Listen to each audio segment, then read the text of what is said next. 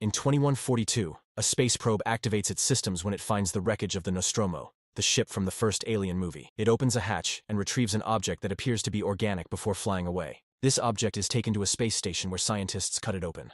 Half of the object is taken away for research, while the half left behind is revealed to have an alien known as a xenomorph inside. 6 months later, Rain talks to an employee from the Weyland-Yutani Corporation, which is in control of this mining colony. Rain explains she's met her work quota and should be free to go. However, the clerk tells her that due to a shortage of workers, she isn't eligible to leave and will be transferred to the mines instead. The system has updated her quota, so she'll be released from the contract in 5 years. At that moment, Rain notices her adopted brother Andy is being beaten up by some punks. She runs to scare them away and checks on Andy, who is bleeding white because he's an android. A special chip, Rain resets Andy to calm him down. Then Rain gets a message from her ex Tyler, who asks her to come over. When the siblings make it to Tyler's ship, the Corbelan, Tyler and his family explain that a derelict spaceship is drifting in orbit above the colony. This ship has multiple hypersleep chambers, and if they salvage them, they could finally escape the colony. They want Rain to join them because she can bring Andy, who can connect with the ship's computer and release any locks they may encounter. Soon the Corbelan takes off, and Tyler's cousin Bjorn shows off a new fire trick with his lighter.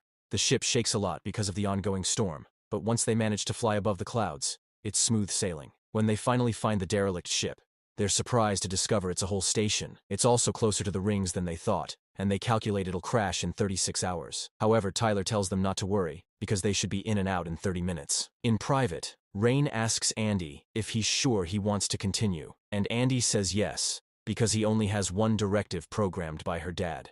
Once the ship connects to the station, Tyler, Bjorn, and Andy go aboard with a temp scanner. Andy puts his finger inside the first lock, and the trio gets inside. The station's artificial gravity goes through a purge every few minutes, constantly turning on and off. Eventually, the group leaves the passage and floats into a room where they find the pods. At that moment, the gravity goes off, and Bjorn falls, so Andy accesses the station's computer to turn on the power and get gravity under control. Next, they check on the pods, but unfortunately, they find out they don't have enough fuel to last the 9-year trip to the nearest planet. Tyler ejects the pods for the Corbelan to pick up, while he and his partners search for more fuel. Bjorn's sister Navarro pilots the Corbelan and picks up the pods with no issues. While Rain takes care of Tyler's sister Kay because she's throwing up, Navarro goes to check on the pods. Once they're alone, Kay admits she's pregnant and asks Rain to keep the secret. In the station, the trio is still searching when suddenly they hear a recording talking about the station. Just like the mines, it belongs to the Weyland-Yutani Corporation. The station is named Renaissance and is divided into 2 parts, Romulus and Remus. The portraits on the walls confirm the names come from the renowned myth. While they look around, Bjorn gets annoyed by Andy's presence because he hates androids. He reveals Andy can't come with them when they leave. Tyler is sad to confirm this, explaining the planet they'll go to doesn't allow androids. However, Andy says it's fine, because what's best for Rain, it's what's best for him. Moments later, the trio makes it to a deserted yet active lab. Bjorn finds a stun rod, and while he plays around with it, he almost falls into a hole in the ground, but Andy grabs him just in time. They find a damaged android and notice both he and the hole were destroyed by some kind of chemical spill. The boys keep going until they reach the cryo chamber where the door only opens halfway. The gap is big enough for them to come in, and they discover the room is flooded. Tyler and Bjorn attempt to retrieve the fuel from the compartment, only for Bjorn to freeze his fingers in the process. At that moment, an alarm goes off, and the door closes, leaving them trapped. Andy tries opening the lock but can't, because it requires higher clearance. The computer in the neighboring room indicates that inside the cryo chamber there are frozen aliens known as facehuggers who are starting to awaken. Navarro and Rain have no choice but to board the station to save their friends. Rain finds the destroyed android and wants to check if she can transfer its credentials to Andy.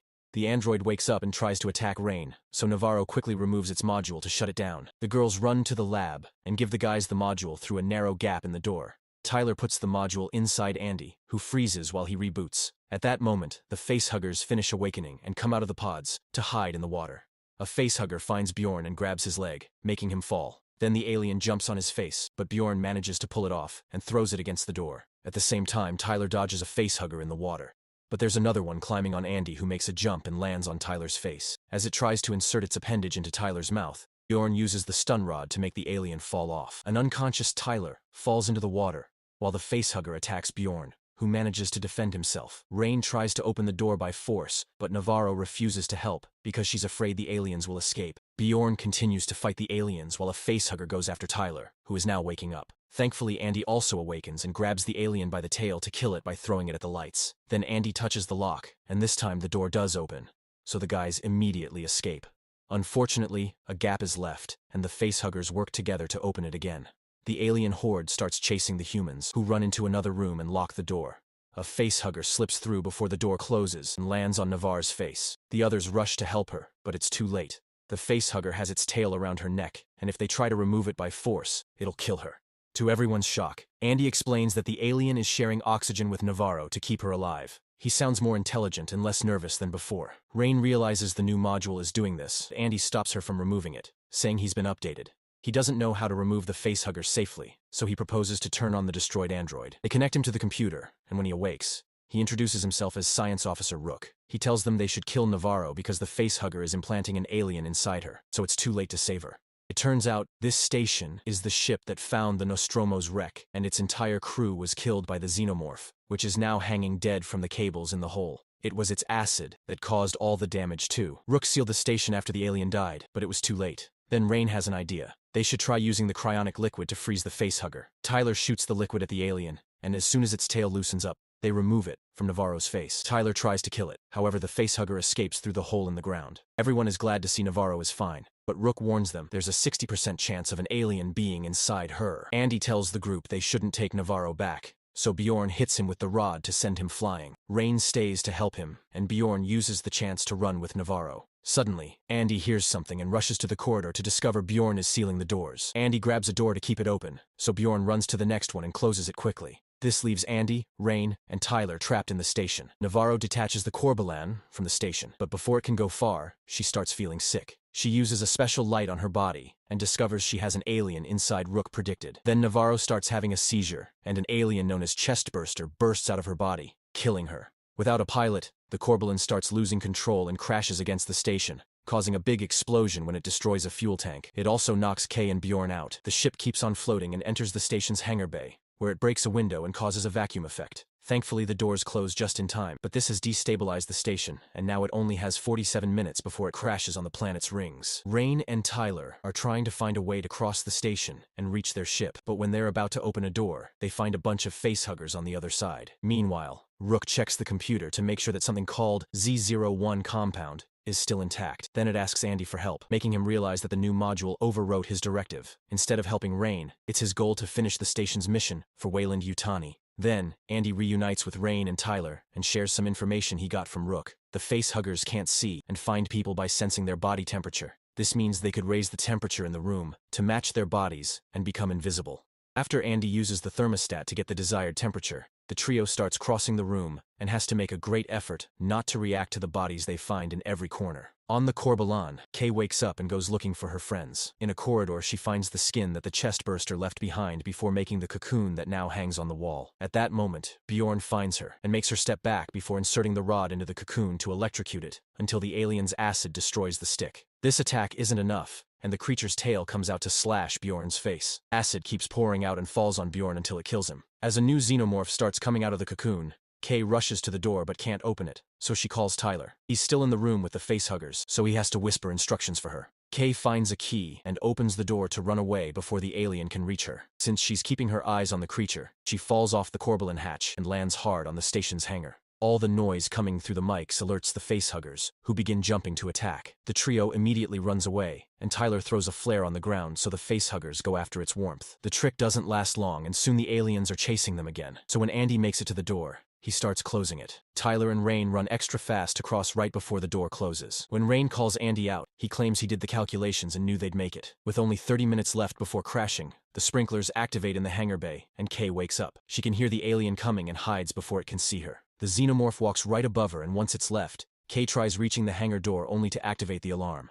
At that moment, the trio appears on the other side of the door, but Andy refuses to open it. He can see the xenomorph waiting, which means it's using Kay as bait. Rain tells him that Kay is pregnant to appeal to his pity, but it doesn't work. Soon the xenomorph gets tired of waiting and takes Kay away. A furious Rain slaps Andy and asks him about his directive, so he says he must choose what's best for the company. Then Andy makes Rain and Tyler get in the elevator while explaining he must finish the mission, so Rook will open the hangar door and let them leave. They arrive at a lab and find a capsule full of a strange liquid. Rook appears on the computer screen and tells them that humanity was never meant to explore the universe because their bodies can't take it. So Wayland Yutani created this station to study the aliens and use their fluids to enhance humans. This Z01 compound is the black liquid seen in Prometheus. In a video, they see a rat getting crushed almost to death, but after the scientists injected it with the compound, it healed instantly. Andy grabs all the compound samples and gets ready to take them to the colony, but Rain stops him when she sees the xenomorph on the security camera. Then Andy gets 2 pulse rifles from a cabinet and gives them to Rain and Tyler, telling them to only shoot if necessary, because if the alien bleeds acid, it'll cause a hull breach. The trio leaves the lab, unaware that the video is still playing. It turns out the rat mutated into the dead monster they saw inside a box. With only 20 minutes before impact, the trio begins crossing the station and finds lots of xenomorph resin, which means there's more than one around. When Andy turns on the lights in the next corridor, they're disgusted to see a full alien hive on the walls. Andy and Rain want to return and find another corridor, but Tyler hears Kay's voice and rushes into the hive. Rain follows him and they see tons of bodies cocooned with the alien goo, including Kay's. The duo pulls her out and Andy appears to point out she hasn't been implanted yet because there's no dead facehugger at her feet. Her pulse is still weak, so Andy offers a compound injection to help her. Before Tyler can use it, Rain stops him because she's wary of the substance and tells him Kay may survive if they take her to a cryo chamber. At that moment, they hear a xenomorph screeching and approaching, so they run out of the hive into another room. There's another xenomorph there, and it tries to stab Rain with its tail, but Tyler jumps in to protect her and gets stabbed instead. Then the alien uses Tyler's body to hit Andy and incapacitate him before dragging Tyler into the hive, where more creatures surround him and kill him. Rain and Kay rush into the elevator and escape before the aliens reach them. However, Rain can't stop thinking about her brother, so she drops Kay and the samples at the hangar bay, telling her to return to the colony on the Corbelan. After Rain leaves, Kay worries about her baby and decides to inject herself with the compound. With only 10 minutes left before impact, Rain makes it to the hive and removes the module from Andy before resetting him. When he wakes up, he's his old self again. The xenomorphs are coming closer and the duo runs away. Rook refuses to open the doors for them because it may put the compound at risk. While Rain furiously shoots the screen, Rook appears on the Corbelan system and asks Kay to give him access to the ship. Rain disables the station's gravity and starts shooting at the xenomorphs. Now their acid blood floats around instead of falling on the hull. With Andy holding her down, Rain shoots every creature without mercy until all of them are dead. Then the duo starts navigating the corridors while carefully avoiding the acid. However, Rain almost crashes against it, so she shoots her rifle to force a fall. Eventually, the duo makes it to the elevator shaft and climbs since the elevator can't work without gravity. Andy jumps, but Rain can't move because a xenomorph grabs her leg. She immediately shoots its arm and begins floating up, unaware that the acid has created a hole in the door. Andy manages to hold onto the stairs, while Rain tries to recover the rifle, which is floating away. At that moment, the gravity goes through a purge, and Rain falls. The elevator is also coming down, but thankfully Andy catches it. Before she can crash on the ground, a xenomorph grabs Rain with its tail. As Rain desperately grabs onto the stairs trying to escape, the lack of gravity makes all the acid in the corridor fall and damage the hull, creating a vacuum effect. This slows down the xenomorphs climbing the shaft at the same time that Andy lets go of the elevator, which goes down at great speed and crushes all the creatures. Rain is safe on the stairs, and when the elevator reaches the ground, it covers the hole and stops the vacuum. Unfortunately, there's a xenomorph left in the shaft, and it approaches Rain together with a facehugger.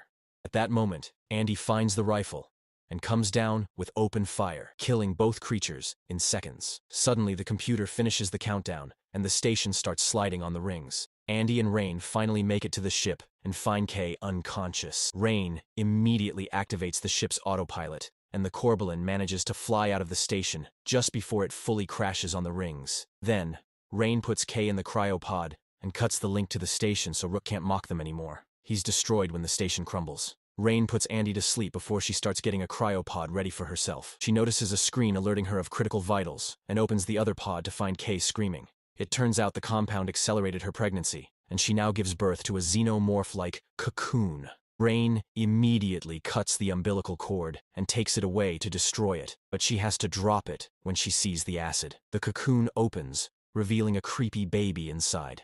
The acid burns through the floor, and the cocoon lands in the cargo bay. When the ship detects that the cargo has been compromised, it shuts down the autopilot and changes it to manual. With a freezing ray in hand, Rain runs to the cargo bay and finds the cocoon empty, so she starts following the monstrous footprints. At the same time, Andy wakes up and checks on Kay, who is evoking a mucus-like substance instead of milk. Her now grown child appears and strikes down Andy before moving on top of its mother to feed. killing her. Rain shows up and tries to attack it, but the creature quickly disarms her and knocks her down. The broken freezing ray ejects frosty smoke that distracts the creature while Rain returns to Andy, but he's too heavy to move. She sees the creature coming after her, so Rain runs away alone and locks the door behind her. The temperature is going down very quickly in this room too, thus Rain puts on a spacesuit to survive. As the creature starts forcing the door open, Rain jumps into the cargo bay and begins to disengage the manual locks, intending to eject the entire bay with the monster. She opens the first 3 locks very quickly, but before she can do the 4th, the creature strikes her down. Rain notices the cocoon nearby and tips it over, letting the acid melt through the floor. Her suit is attached to the ship with a rope so she doesn't float away when she falls, but when she starts climbing back, the creature grabs her head and cracks her helmet. Noticing it's holding onto the bay with its tail, Rain pulls at her rope and opens the last lock, ejecting the whole bay module and sending the monster to its death when it crashes on the rings. The ship is falling too close to the rings, and the sensors reactive the autopilot, so Rain climbs back safely before the Corbelan flies away. Moments later, Rain places Andy's damaged body in a cryopod, removing his module and promising to fix him before entering a pod herself, hoping they'll reach a planet alive.